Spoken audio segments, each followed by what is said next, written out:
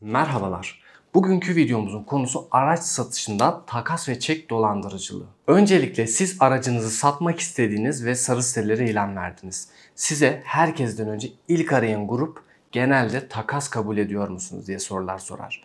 Çek senet kabul ediyor musunuz diyen grup. Bu videoda siz eğer takas kabul ederseniz ve çek senet kabul ederseniz bunun sonucunda karşılaşabileceğiniz riskleri anlatacağım. Öncelikle ilanımızı koyduk ve araç satışı için bize takas teklif eden bir kişi geldi ve takas edilecek mal genelde tarla olur. Ve siz de bu tarlayı almayı kabul edin. Genelde size takas olarak teklif edilen tarla hisseli olur. Şimdi hisseli tarla almanın bir takım riskleri vardır. Bu riskler başka bir videoda daha uzun bir şekilde anlatacağım ama öncelikle şunu kısaca anlatmak istiyorum. Bir malı hisseli olarak aldığınızda diğer hissedarları zaten tanımıyor olacaksınız. Ve diğer hissedarları tanımadığınız için iyi niyetli ya da kötü niyetli olduklarını anlayamazsınız. Anlamanız mümkün değil. Genelde kötü niyetli olanlar araç satışına aceleye getirirler. Tapu işlemiyle, noter işlemiyle aynı gün yetişemeyecek kadar aceleye getirirler. Dolayısıyla şimdi bir mal için takas kabul ettiğinizi varsayacağız ve arabayı siz o kişiye verdiniz. Notere gittiniz, arabayı devrettiniz. Ondan sonra tapu dairesine gidip hisseli tarlayı kendi üzerinize alacaksınız.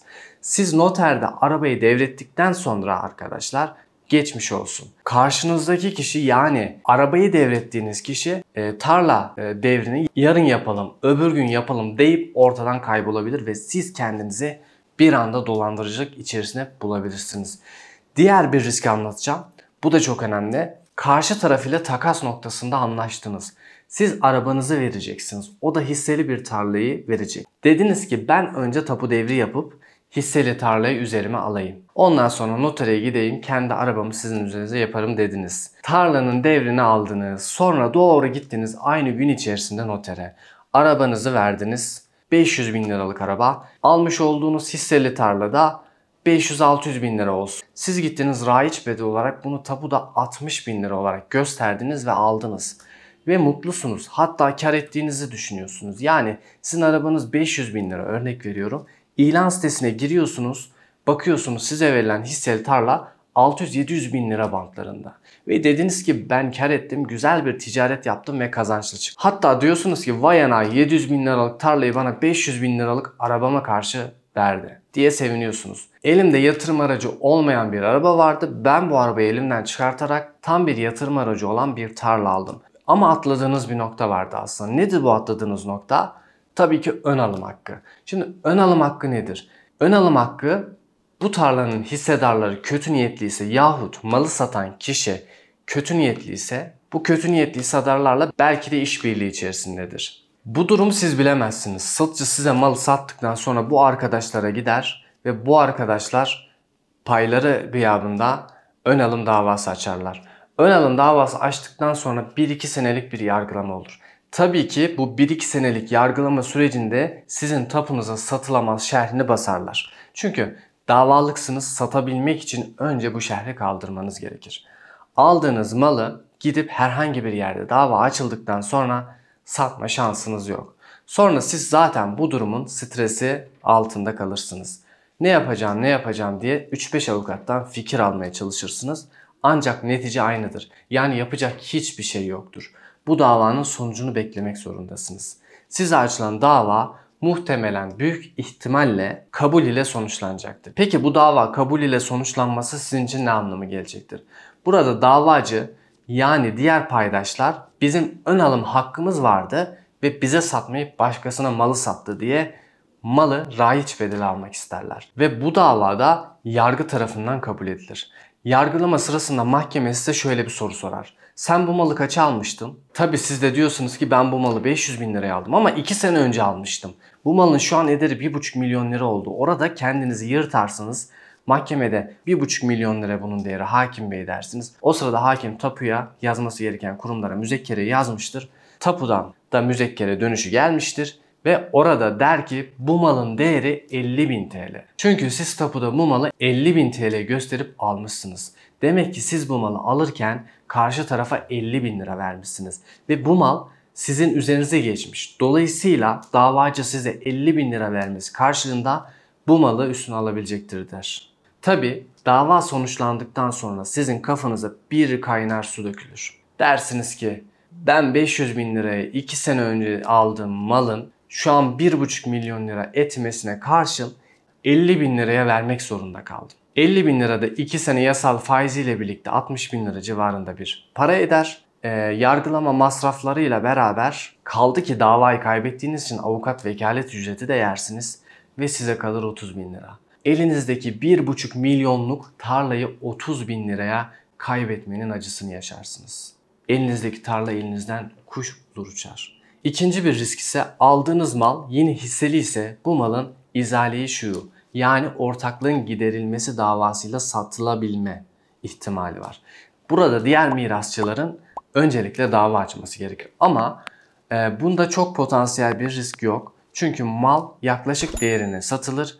Sadece istemsizce malınızı satmanız gerekebilir. Tüm hisseli tarlalarda olabilecek bir risk bu. Bu riski de göze alabilecek durumda olmalısınız. Eğer göze alamıyorsanız kesinlikle hisseli tarla almayın. Takas alım ve satımlarındaki muhtemel risklerden bahsettik. Şimdi de araç karşısında çek senet alımlarındaki risklerden bahsedeceğim. Şimdi siz yine arabanızı 500 bin liradan satmayı tercih ettiniz. Karşı taraf da 500 bin lirası olmadığını, 100 bin lirası olduğunu elden verebileceğini ve size kalan 400 bin lirayı da çek ile belli vadelerle ödeyebileceğini söyledi.